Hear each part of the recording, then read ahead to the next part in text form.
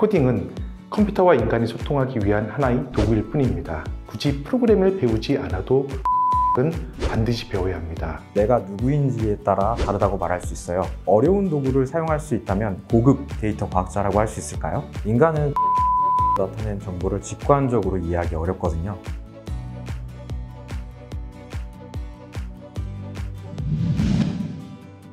안녕하세요, 황보현우입니다.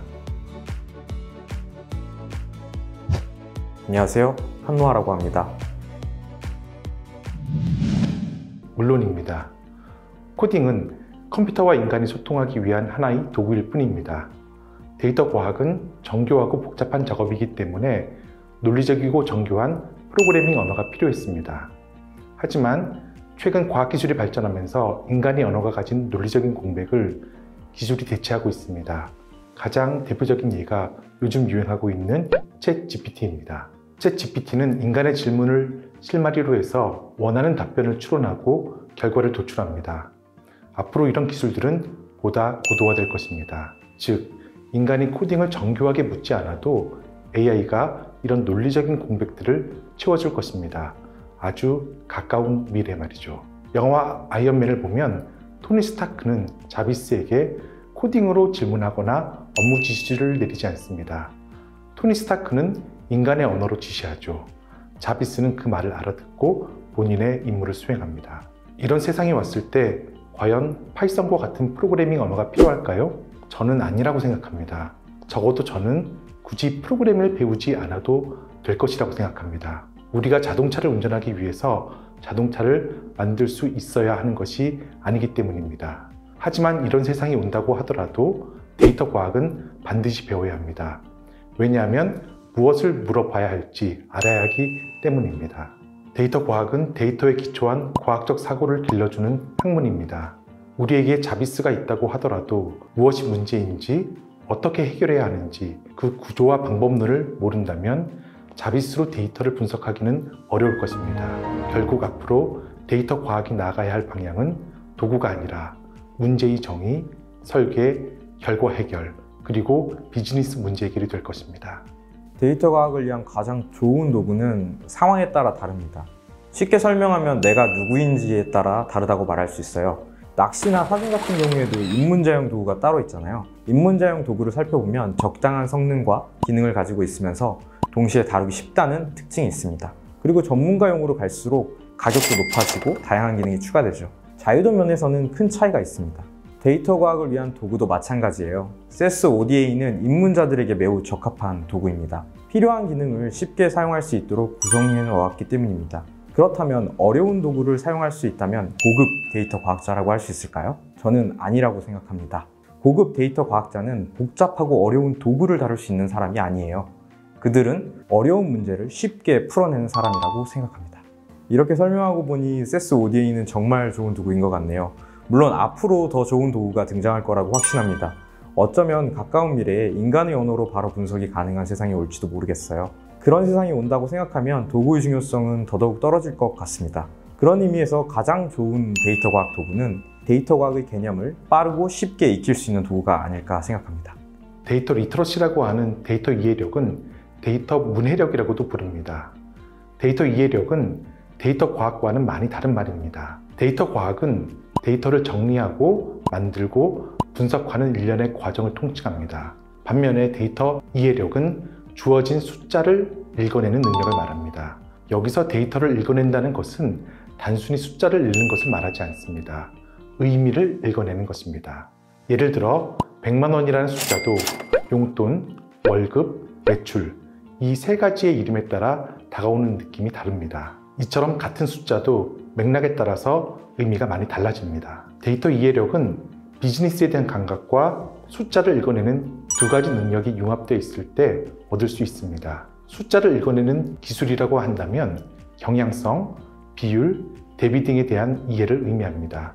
100%라는 숫자가 중요한 것이 아니라 이 숫자가 어떻게 만들어졌고 그리고 무엇을 의미하는지가 중요합니다. 저희 책은 데이터 입문자를 대상으로 한 도서입니다. 따라서 독자들이 데이터 이해력을 높일 수 있는 방법에 대한 고민을 이 책에 녹이고자 했습니다. 데이터 시각화는 정말 중요합니다. 인간은 텍스트나 수로 나타낸 정보를 직관적으로 이해하기 어렵거든요. 시각화는 수많은 정보를 하나의 이미지로 표현합니다. 그 결과 숫자에서는 보여지지 않았던 데이터의 맥락이나 패턴을 시각화 결과에서는 쉽게 발견할 수 있습니다.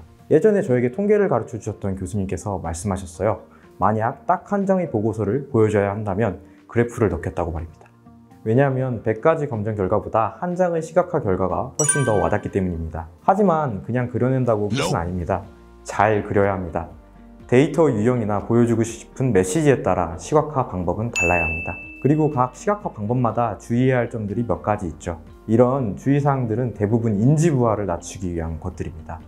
같은 그래프도 보여주는 방식에 따라 직관적으로 다가오기도 하고 복잡해 보이기도 하는 이유가 여기에 있습니다. 저희 책에서 시각화 부분은 앞서 말씀드린 그래프를 잘 그리는 방법에 초점을 두었습니다. 금융의 언어는 숫자입니다. 그러한 의미에서 데이터 과학은 금융의 문장론이라고 할 수 있습니다. 데이터 과학은 숫자에 담긴 의미를 찾고 이를 통해 예측하고 원리를 파악하는 수를 가지고 노는 학문입니다. 쉽게 말해서 금융과 데이터 과학은 떼어놓을 수 없는 관계입니다. 과거 데이터 과학이라는 학문이 등장하기 전부터 금융에서는 다양한 데이터 과학 기법을 실무에 활용해 왔습니다. 이 배경은 크게 두 가지가 있습니다. 첫 번째로는 숫자의 정확도가 높다는 점입니다. 금융은 숫자라는 언어를 사용합니다. 그 결과 데이터가 다른 산업에 비해 체계적이고 정확하게 정리가 되어 있습니다. 두 번째로 숫자가 모국어이기 때문입니다. 산업마다 좀 다르겠지만 금융만큼 숫자로 말하는 것이 중요한 산업도 없습니다. 감이 아닌 숫자가 중요한 분야이기 때문입니다. 데이터의 중요성은 이미 충분히 크다고 생각합니다. 현재 비즈니스 세계에서는 이미 데이터로 말하지 않으면 듣지 않은 세상이 되었습니다. 특히 합리적이고 논리적인 것을 중요하게 생각하는 MZ세대들이 의사결정권자가 된다면 데이터가 그 무엇보다 중요해질 것입니다. MZ세대들에게 감정으로 호소한다고 들을까요? 저는 아니라고 생각합니다. 물론 데이터가 중요해지는 가장 큰 이유는 인공지능 때문입니다. 제주도에서 말이 잘 자라는 이유는 말이 뛰어놀고 먹을 수 있는 목초지가 많기 때문입니다. 인공지능은 데이터를 먹고 자랍니다. 앞으로 양질의 데이터를 많이 소유하고 있는 기업이 시장을 지배하지 않을까 그렇게 생각합니다. 이 책은 입문자를 위한 책입니다. 대학생은 물론 통계나 데이터 과학을 배운 경험이 없는 일반인이 읽으면 좋을 것 같아요. 이 외에도 데이터에 기초한 의사결정이 필요한 모든 분들에게 이 책을 추천합니다. 이 책은 코딩을 빼고 데이터 과학을 더했습니다. 코딩을 위해 필요한 지식을 줄이고 데이터 과학을 위해 필요한 지식을 보강하는 데에 중점을 뒀습니다. 데이터 과학자를 꿈꾸거나 데이터 문해력을 높이고 싶은 분이라면 누구에게나 이 책을 권합니다. 데이터는 세상을 표현하는 하나의 방법입니다. 과학기술이 발전하면서 우리는 더 많은 현상과 사건을 데이터로 남기고 있습니다. PC, 스마트폰, 웨어러블 기기들을 통해서 지금도 우리의 일상이 데이터로 남겨지고 있습니다. 이 데이터를 통해 기업이나 기관들은 수많은 가치를 창출하고 있습니다. 데이터를 수집하는 기업과 기관이 늘어나면서 데이터 과학자가 필요한 곳도 점점 많아지는 추세입니다. 과거에는 금융이나 전자상거래 기업에서 데이터 과학자가 많이 필요했습니다. 하지만 이제는 교통, 에너지, 통신은 물론 공공기관에서도 데이터 과학자의 수요는 높아지고 있는 추세입니다. 또한 데이터에 대한 이해는 이제 선택이 아닌 필수가 되어가고 있습니다. 이 책을 통해서 데이터 과학에 입문하는 많은 분들이 큰 도움을 얻었으면 합니다. 데이터를 잘 분석하기 위해서는 4가지의 능력이 필요합니다. 첫 번째, 데이터를 잘 수집하고 가공하는 능력. 두 번째, 적당한 데이터 분석 방법론을 찾는 능력. 세 번째, 데이터를 분석하기 위해 프로그래밍, 즉 코딩을 하는 능력. 네 번째, 분석된 결과를 잘 이해하고 이를 현장의 문제 해결에 적용하는 능력입니다. 하지만 인공지능 기술이 발전하면서 세 번째인 프로그래밍, 코딩에 대한 능력이 필요 없어졌습니다. 왜냐하면 인공지능 기술이 이를 대체하고 좋은 도구가 많이 등장했기 때문입니다. 이 책에서는 프로그래밍, 즉 코딩에 대한 부분을 제외한 데이터 분석을 위해 필요한 3가지를 모두 담았습니다. 이 책 한 권으로 여러분들은 데이터 분석을 위한 좋은 데이터 과학자가 될 수 있습니다.